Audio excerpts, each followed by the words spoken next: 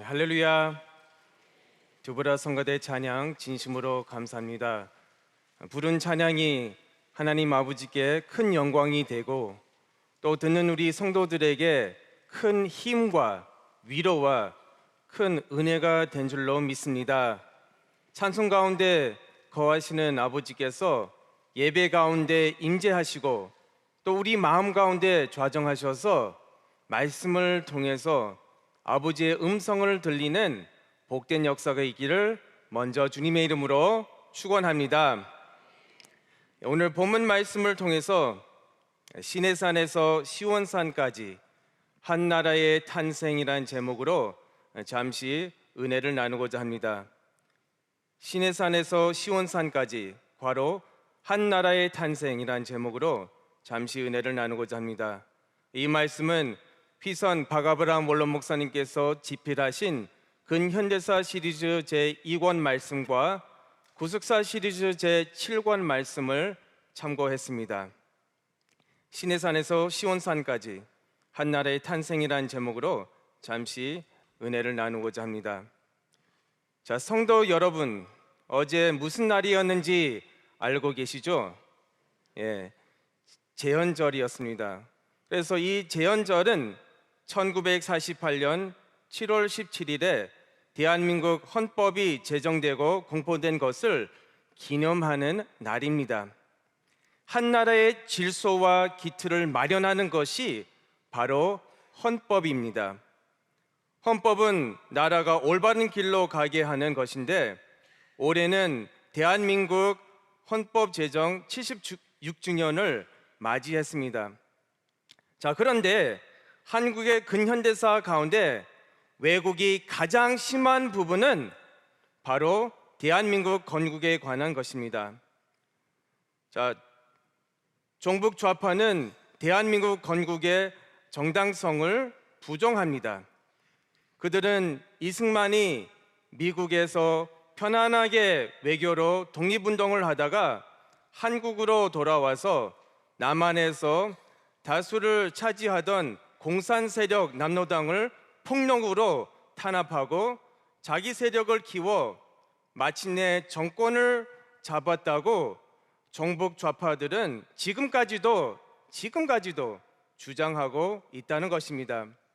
그리고 남북 분단의 책임은 이승만에게 있고 이 모든 것을 미국이 도왔기 때문에 대한민국은 미국의 식민지가 되었고, 그리고 그 반대로 김일성은 북한 주민들의 환영 속에 평화적으로 정권을 수립했고 소련의 간섭도 받지 않는 완전히 자주적으로, 즉 남의 간섭을 받지 않고 스스로 정권을 세웠다고 종북 좌파들이 지금도 주장하고 있습니다.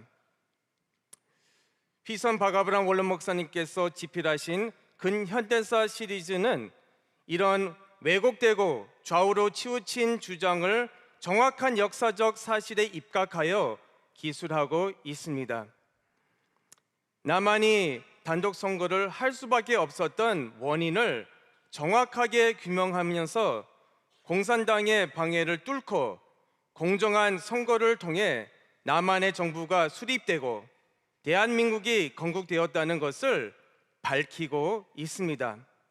그러므로 이 시간을 통해서 우리 대한민국의 건국이 어떻게 이루어졌고 대한민국 헌법이 어떻게 제정되었는지 하는 것에 대해서 잠시 은혜를 나누고자 합니다.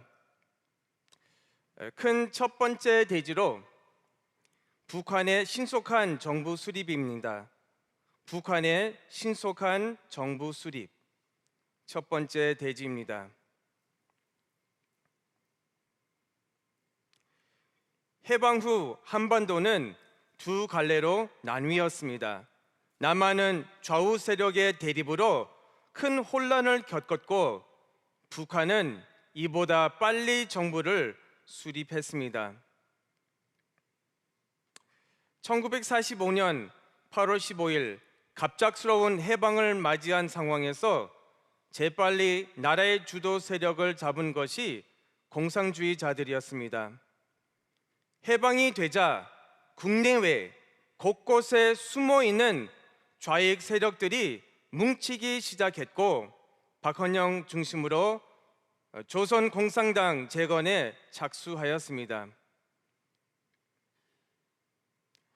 그리고 조선 공산당이 정식으로 출범하기 전인 1945년 9월 6일 경기 여고에서 조선인민공화국을 창건하였는데, 이는 미리 임시정부를 수립해 조선공산당의 정당성을 확보하기 위해서였습니다. 따라서 1945년 말의 분위기는 남한이 이미 다 조선인민국화국이 돼버린 것 같았습니다. 그러나 공산당의 발목을 잡고 공산주의에 대한 여론을 완전히 뒤집어 놓은 사건이 있었죠. 그게 무엇인지 알고 계시죠? 바로 위조 지폐 사건입니다. 위조 지폐 사건. 조선 공산당이 당 활동 자금으로 사용하기 위해서 거액의 위조 지폐를 발행했고, 이 사건의 실상이 알려지자 공산주의에 막연한 호감을 가지고 있던 대다수의 국민들이 등을 돌리게 되었습니다. 그런데 이 일이 발각되어도 놀라운 것은 조선 공산당은 오히려 이 모든 것을 거짓말로 덮고 또 거짓말하고 선동하고 시위와 난동으로 여론을 뒤집으려 했으나 역부족이었습니다. 그래서 위조 지폐 사건이 있었습니다. 이 사건 계기로 체포령이 내려진 박헌영은 북한으로 넘어가 폭력 전술을 지령했고, 남한에서는 해방 이후 최대 규모의 1946년 9월 총파업과 첫 유혈 폭동 사건인 1946년 대구 10월 사건이 벌어졌습니다. 해방 이후 얼마 되지 않은 상황에서 나라의 모든 행정이 마비될 정도였고 비상계엄령이 선포될 정도로 살인과 약탈이 극에 달했습니다. 그래서 두 가지 큰 사건이 있었습니다.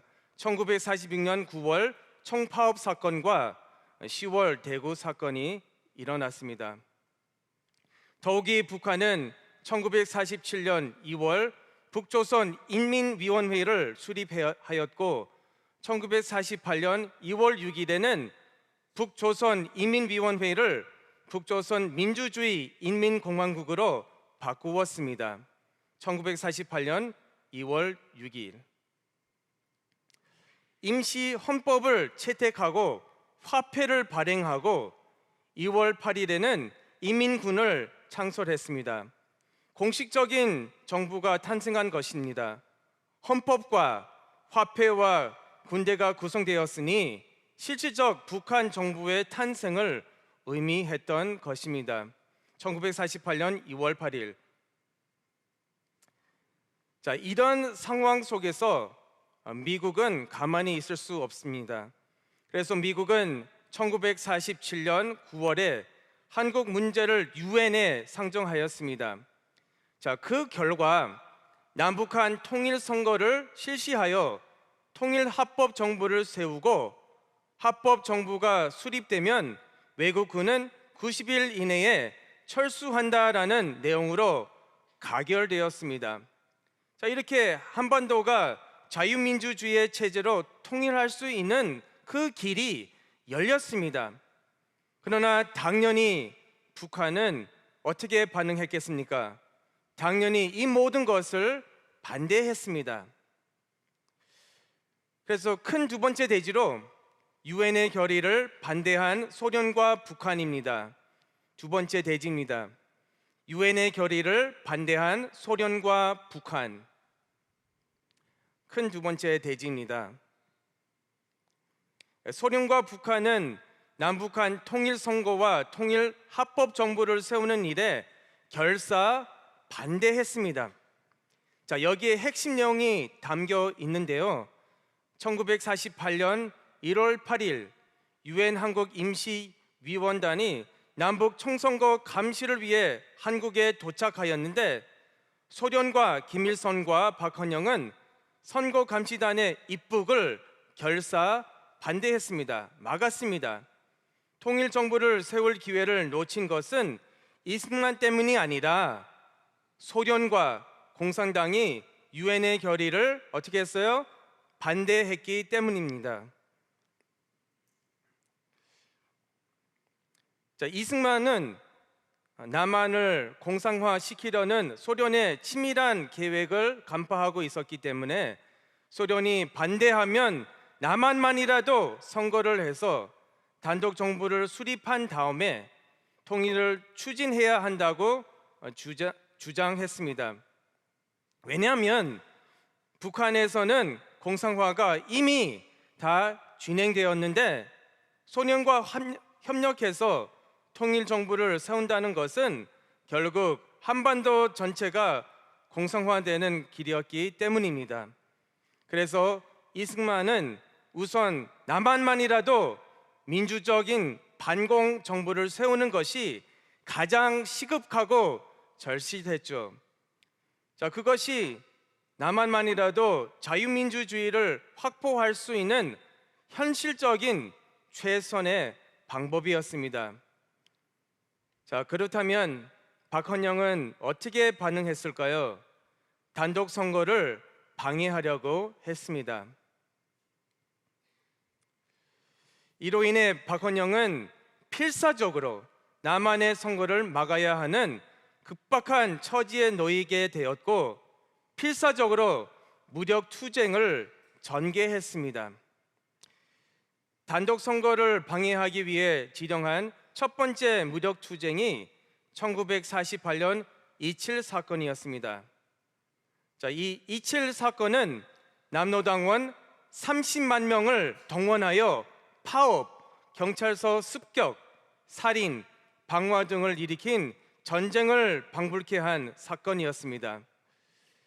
이러한 상황에서 미국은 1948년 2월 26일 한반도에서 선거가 가능한 지역만이라도 선거를 실시하도록 다시 유엔에 상정하여 어렵게 가결되었습니다. 가결되었는데 이러한 상황에서 이제 가결되었는데 그리하여 1948년 5월 10일 남한에서만 총선거를 실시하게 되었습니다. 그래서 총선거는 1948년 5월 10일에 이루어졌습니다.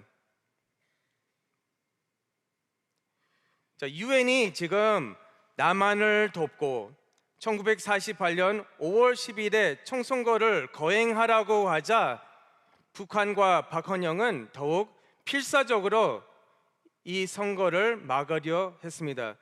27 사건 뒤에 바로 제주 4.3 사건이 일어났습니다. 그리고 그 뒤에 1948년 10월 19일에 여수 순천 사건이 일어났습니다.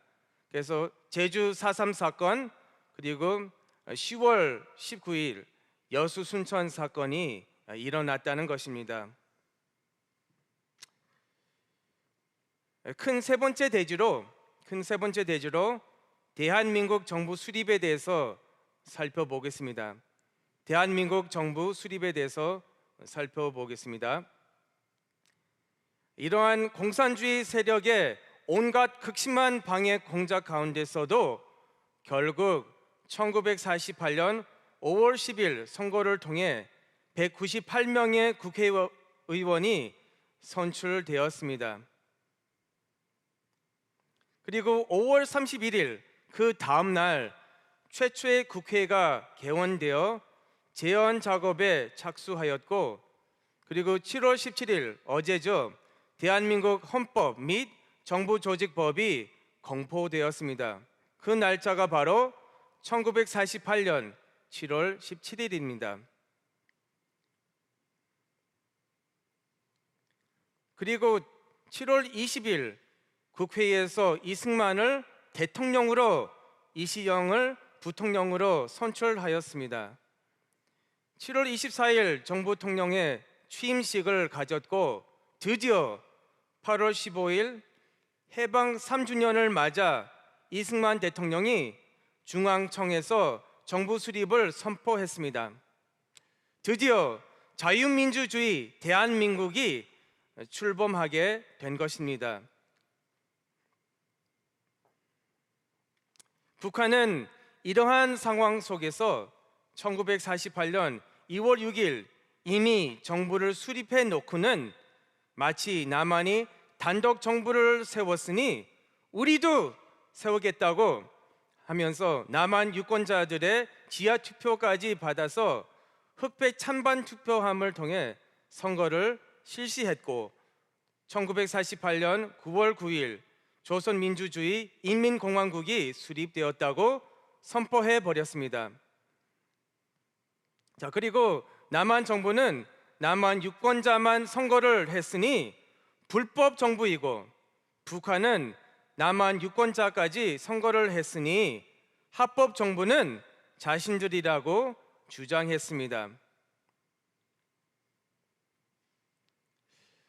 그러나 1948년 12월 6일부터 시작된 유엔 총회 제1위원회에서 미국 대표단은 대한민국은 한국의 유일한 합법 정부로 승인하도록 요청하였고 우여곡절 끝에 최종 통과되었습니다. 유엔은 대한민국의 법적 지위를 공식적으로 승인하고 정통성과 국제적 지위를 부여했습니다. 그래서 한반도의 유일한 합법 정부는 대한민국 정부입니다. 1948년 5월 31일 그 다음 날 재헌국회 임시의장을 맡은 이승만 박사는 당상 의장석에 등단하여 모든 국회의원들에게 먼저 하나님에게 기도하자고 제안했고 기도로 회의를 시작했습니다. 그래서 1948년 5월 31일 재헌국회 제1차 회의록 기록을 보면 이승만 임시의장이 이렇게 말했습니다. 네, 화면에 나오고 있죠. 임시의장 이승만은 이렇게 말을 했습니다. 대한민국 독립민주국 제1차 회의를 여기서 열게 된 것을 우리가 하나님께 감사해야 할 것입니다. 종교사상 무엇을 가지고 있든지 누구나 오늘을 당해 가지고 사람의 힘만으로만 된 것이라고 우리가 자랑할 수 없을 것입니다. 그러므로 하나님에게 감사를 드리지 않을 수 없습니다. 나는 먼저 우리가 성심으로 일어나서 하나님에게 우리가 감사를 드릴 터인데 이은영 의원 나오셔서 간단한 말씀으로 하나님에게 기도를 올려주시기를 바랍니다. 이렇게 이승만 대통령님께서 이렇게 기도를 시작했습니다. 이처럼 대한민국이 건국되고 첫 재헌 국회는 기도로 시작했습니다.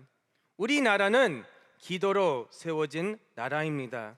이 모든 것이 하나님의 은혜인 줄 믿으시기 바랍니다. 그래서 이제 결론적으로 몇 가지만 말씀을 드리고 마치도록 하겠습니다. 시내산 언약은 이스라엘 민족의 탄생과 하나님의 선민으로서의 정체성 확립의 결정적인 사건이었습니다. 하나님께서는 이스라엘 백성을 애굽의 노예 상태에서 해방시키신 후 그들을 시내산으로 인도하셨습니다. 시내산으로 인도하신 목적은 이스라엘 백성이 하나님을 섬기고 또 하나님께 예배드리며 제사를 드리기 위함이었습니다. 특별히 우리가 주목할 점은 출애굽한 지 정확히 50일째 되는 날, 즉 77절에 하나님께서 나팔 소리 가운데 시내산에 친히 강림하셔서 인류 역사상 최초로 십계명 말씀을 직접 음성으로 들려주셨다는 것입니다. 자, 그 이후 모세가 시내산에 6번째로 올라갔을 때 그는 40일 동안 금식하며 기도했다는 사실입니다. 이때 모세는 하나님께서 친히 친수로 기록하신 십계명 두 돌판과 성막의 식양에 대한 계시를 받았습니다. 그리고 일곱 번째 시내산 등정 때는 성경에 금식했다는 언급은 없지만 이스라엘 백성의 우상 숭배 사건 이후 모세는 40일 동안 백성들을 위해서 중보 기도를 했습니다. 그리고 마지막으로 여덟 번째 시내산 등정에서 모세는 다시 40일 동안 금식 기도하면서 마침내 7월 10일에 산에서 내려왔습니다. 이와 같이 모세의 8차 등정 과정을 통해서 하나님께서는 십계명을 돌판에 새겨 주셨지만 그 본질적인 목적은 이 말씀을 백성들의 마음에 새기는 것이었습니다. 십계명은 백성들로 하여금 자신들의 죄를 깨닫게 하고 궁극적으로 그리스도에게로 인도하는 역할을 가지고 있습니다. 자, 갈라디아서 3장 24절 말씀인데 우리 다 같이 화면에 있으니까 읽도록 하겠습니다. 시작. 이같이 율법이 우리를 그리스도에게로 인도하는 몽학선생이 되어 우리로 하여금 믿음으로 말미암아 의롭다함을 얻게 하려 함이니라. 아멘. 이렇게 오늘 본문 말씀을 보면 모세의 헌신과 기도로 한 나라가 시내산 언약을 통해서 탄생되었습니다. 모세의 8차 등정 과정을 통해서 하나님께서 이스라엘 자손에게 십계명과 또 성막의 식양을 주심으로 하나님의 통치와 하나님의 주권이 세워지고 나라의 질서와 기틀이 세워졌습니다. 이 언약을 통해 하나님은 이스라엘을 내 아들, 내 장자로 선언하셨고 이로써 이스라엘을 애굽의 노예에서 하나님의 선민으로 변화시켰습니다. 즉 이스라엘 자손은 말씀을 전할 하나님의 거룩한 백성이자 제사장 나라로 새롭게 태어났다는 것을 우리가 성경 말씀을 통해서 알 수 있는 것입니다. 신약 시대에는 예수님께서 부활하신 지 50일째 되는 오순절 날에 예루살렘 시온산에서 성령님께서 강림하셔서 교회가 탄생했다고 사도행전 2장 1절 이하에 말씀해 주고 있습니다. 성령님께서 강하게 강림하심으로 교회가 탄생했습니다. 그러나 이제 마지막 때에 말씀을 통해서 한 나라가 하루에 생긴다고 성경은 예언하고 있습니다. 그래서 이사야서 66장 8절 말씀을 보면 이런 말씀이 있습니다. 우리 다 같이 찾아서 또 화면에 있으니까 같이 읽도록 하겠습니다. 이사야서 66장 8절 말씀입니다. 자, 시작. 이러한 일을 듣는 자가 누구이며 이러한 일을 본 자가 누구이뇨? 나라가 어찌 하루에 생기겠으며 민족이 어찌 순식간에 나겠느냐? 그러나 시온은 구로하는 즉시에 그 자민을 순산하였도다. 아멘. 이사야서 66장 8절에 기록하고 있는데 모든 나라들이 이 마지막 때 구속산 말씀으로 새롭게 탄생한다는 말씀이죠. 그래서 때가 되면은 반드시 열방들이 이 구속산 말씀을 전파하는 교회로 다 몰려오는 역사가 있을 줄로 믿습니다. 이사야서 2장 1절부터 4절 말씀을 볼 때 이 말씀을 전파하는 교회, 즉 구속산 말씀을 전파하는 교회가 모든 열방 가운데 우뚝 서서 이 교회가 일어나 빛을 발하면서 모든 열방들이 구속산 말씀을 전파하는 교회로 다 몰려오는 그런 역사가 있을 거라고 이사야서 2장 1절부터 4절에 말씀해 주고 있습니다. 그러니까 모든 열방들이 다 몰려와서 시온산, 신령한 시온산에서 구속산 말씀을 전파하는 교회에서 하나님의 법, 또 하나님의 말씀을 배울 것이라고 이사야서 2장 1절부터 4절에 말씀해 주고 있습니다. 이 법을 통해서 하나님의 말씀을 통해서 교회의 권위와 질서가 설 수 있다는 것입니다. 그래서 우리 믿는 성도들은 늘 하나님의 말씀에 순종하고 늘 법을 따르는 복된 역사가 있기를 주님의 이름으로 축원합니다. 자, 이번에 CLC에서 스페인어판 구속사 시리즈 제5권 출판 기념으로 콜롬비아 한 군데에서 그리고 에콰도르 두 군데에서 총 3번 구속사 세미나를 개최하였습니다. 이 시간에 저는 그냥 강사의 입장에서 느껴진 점들을 전할 것이고, 그리고 간증거리 몇 가지만 전달할 것입니다. 우리 대리 회장님께서 광고 시간에 정식적으로 보고를 하시고, 그리고 영상까지도 지금 준비하고 있습니다. 그래서 총 3번 구속사 세미나를 했는데, 화면을 보시면 박정수 목사님이 지금 강의를 하시는데, 이 참석자들이 그 말씀에 집중하는 모습을 우리가 볼 수 있습니다. 여기서는 이제 과야킬에서 세미나를 개최했는데 중간에 단체 사진을 찍었습니다. 그래서 이권 중심으로 공부를 했는데 사람들이 깜짝 놀라고 또 큰 은혜를 받았습니다. 그래서 이렇게 단체 사진을 찍었습니다. 여기서는 이제 키토에서 구속사 세미나를 개최했는데 다 끝나고 우리가 단체 사진을 찍었습니다. 그래서 하루에 박정소 목사님과 제가 강의 5번 이렇게 돌아가면서 했고, 그리고 대리회장님께서 5권 출간 축사에 대해서 말씀을 전했습니다. 그래서 다들 은혜를 받았다고 합니다. CLC 남미 대표, 전체 남미 대표인 데빗 파본이 참석했는데, 데빗 파본 대표와 블랑카 편집장은 2018년에 처음으로 우리 교회를 방문하고 세계 전도인 프로클레임 행사에 참석했습니다. 그래서 그 이후로 매년마다 적극적으로 책을 홍보하고 우리 행사에 참석했습니다.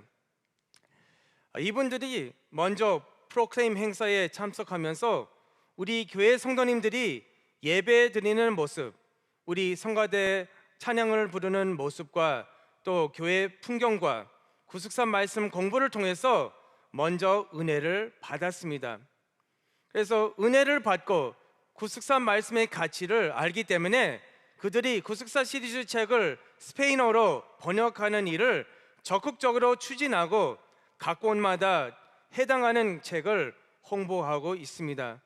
그래서 내년에 구속사 시리즈 6권을 출간할 예정이라고 얘기를 들었습니다. 그래서 이렇게 1년마다 한 권을 지금 번역하고 출간하고 있습니다. 콜롬비아, 에콰도르의 많은 목회자들, 신학 교수들, 신학생들, 또 지도자들, 평신도 성도님들이 다 참석해서 큰 은혜를 받았다고 얘기를 들었습니다. 그래서 어떤 여성 목사님이 우리 옆에 앉았는데 제가 인사를 드렸습니다. 그 여성 목사님 아버지가 목사님이시고 본인도 목사님이시고 그리고 본인의 아들도 역시 목사라고 우리에게 얘기를 했습니다.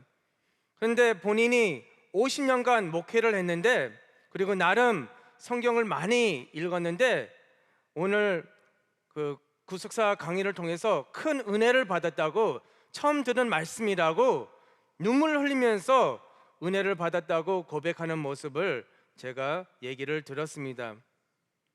또한 40개 교회를 개척한 부부가 있었는데, 40개 교회 개척했는데 그 모든 교회들이 통째로, 그러니까 그 성도들, 그 교회들이 우리 말씀교회 지교회 되고 싶다, 우리 교회 형제, 하나님께 영광의 박수 올리겠습니다. 그 부부와 또 40개 교회가 우리 지교회, 우리 구속사 교회 지교회 되고 싶다고 고백하는 것을 직접 들었습니다. 그리고 또 인터뷰를 같이 했습니다. 그리고 어느 부부, 목사 부부는 이태리에서 오셨는데 이미 몇 년 동안 박종선 목사님을 통해서 구속사 말씀을 공부하고 있었는데 미국 베리트 공부도 하고 있었습니다. 그런데 그 부부도 그 많은 성도들을 지금 관리하고 있는데 이태리에서 온 그 부부가 그 성도들과 또 본인들도 우리 지교회 되고 싶다고 이렇게 고백하는 모습을 봤습니다.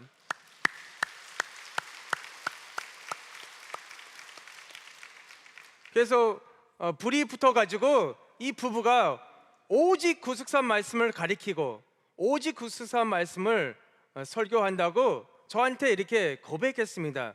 그래서 너무 흥분해가지고 정말 불을 붙었습니다. 자, 200년 전 1813년에 원래 콜롬비아가 스페인에서 독립해서 콜롬비아, 파나마, 에콰도르 그리고 베네수엘라를 포함한 한 나라 그레이트 콜롬비아, 즉 대콜롬비아였는데 나라가 4개로 갈라지는 국가의 아픔과 상처가 있었습니다. 그러나 이제 콜롬비아와 주변에 있는 나라들과 그리고 더 나아가 남미 전체가 구속사 말씀을 통해서 다시 영적으로 하나가 되고 있다고 남미 CLC 대표 데이빗 파버는 우리에게 고백했습니다. 그래서 앞으로 구속사 시리즈가 스페인어로 계속 번역되어서 남미에서 또 중미에서 구속사 말씀을 선포하는 세미나를 개최할 수 있도록 많은 기도를 부탁드립니다. 지금 남미와 중미까지 이 구속사 말씀이 퍼져나가고 있습니다. 그래서 이렇게 대한민국과 이스라엘 백성이 말씀과 기도로 시작된 것처럼 모든 열방이 말씀과 기도로 하나님의 나라로 다시 탄생하는 놀라운 역사가 있기를 주님의 이름으로 축원합니다. 그래서 우리가 이제 마지막 때 일꾼으로 부름을 받았습니다. 하나님께서 우리에게 이 구속사의 말씀을 맡겼습니다. 그래서 우리는 어디로 가든지 무엇을 하든지 때를 얻든지 못 얻든지 듣든지 아니 듣든지 이 말씀을 전하는 책임이 있다는 것이죠. 그래서 우리가 직장 생활할 때 말씀을 전하고 또 책을 전하고 사업할 때 그 사업을 통해서 하나님의 말씀을 전해야 되는 것입니다. 마태복음 6장 33절 말씀 볼 때 먼저 그의 나라와 그의 의를 먼저 구하면은 하나님께서 모든 것을 채워주신다고 약속하고 있습니다. 아버지 일을 먼저 생각하면은 반드시 필요한 물질과 필요한 지혜와 명철과 총명, 필요한 또 건강을 아버지께서 허락해 주실 줄 믿으시기 바랍니다. 그래서 저와 여러분이 이 말씀을 가지고 나아갈 때 또 우리 교회가 또 대한민국이 일어나 빛을 발할 때에 모든 열방들이 구속사 말씀을 전파하는 교회로 다 몰려오는 복된 역사가 나타나고 또 이렇게 열방들이 하루 만에 이 나라가 새롭게 탄생하는 놀라운 역사가 있기를 주님의 이름으로 축원합니다. 축원합니다. 기도하시겠습니다. 고맙고 감사하신 사랑이 많으신 하나님 아버지, 진심으로 감사함을 드리옵나이다. 목요 구구 예배로 우리의 발걸음을 인도해 주시고 먼저 나라와 민족을 위해서 기도하고 하나님께 믿음으로 나아갈 수 있는 은혜를 허락해 주시니 참으로 감사함을 드리옵나이다. 하나님 아버지, 특별히 우리 나라와 민족을 위해서 기도할 때에 대통령과 위정자들을 붙잡아 주시고 그들에게 참과 거짓을 분별할 수 있는 지혜와 명철과 총명을 허락하여 주시고 그들이 올바른 사상과 올바른 역사관을 가지고 자유민주주의를 반드시 수호할 수 있도록 역사하여 주시옵소서. 또 교회를 위해서, 개인을 위해서 기도할 때 너무나 어려운 시기를 지내고 있습니다. 아버지께서 우리 성도들 붙잡아 주시고 영육간으로 아버지께서 어루만져 주심으로 말미암아서 상한 몸과 상한 마음이 다시 치유받고 다시 회복의 역사가 일어날 수 있도록 축복하여 주시옵소서. 특별히 하계 대성회를 위해서 기도하고 준비하는 가운데 있습니다. 준비한 손길들 아버지께서 붙잡아 주시고 무더위 날씨에 아버지께서 그들을 붙잡아 주심으로 말미암아서 오직 하나님께 감사와 영광 돌리고 또 모든 것이 협력해서 하나님의 영광이 나타날 수 있도록 축복하여 주시옵소서. 그래서 만세 전부터 예비하신 그 모든 은혜를 우리 성도들이 다 총동원해서 몽땅 다 받을 수 있도록 역사하여 주시옵소서. 또 우원질고 병마로 고통받는 가정이 있거든 아버지께서 그들을 붙잡아 주시고 이 시간에 치료의 광선을 보내주심을 말미암아서 모든 질병과 모든 어둠이 달아날 수 있도록 역사하여 주시옵소서. 우리 가정을 위해서 기도합니다. 우리 가족들이 갈라지지 않고 말씀 안에서 하나가 되게 도와주시고 오직 말씀 안에서 성장하며 또 말씀 안에서 아버지 앞에 나아갈 수 있는 우리 복된 가족들이 될 수 있도록 축복하여 주시옵소서. 될 줄로 믿사옵고 이 모든 말씀 예수 그리스도 이름으로 간절히 기도함나이다. 아멘. 하나님께 영광의 박수 올리겠습니다.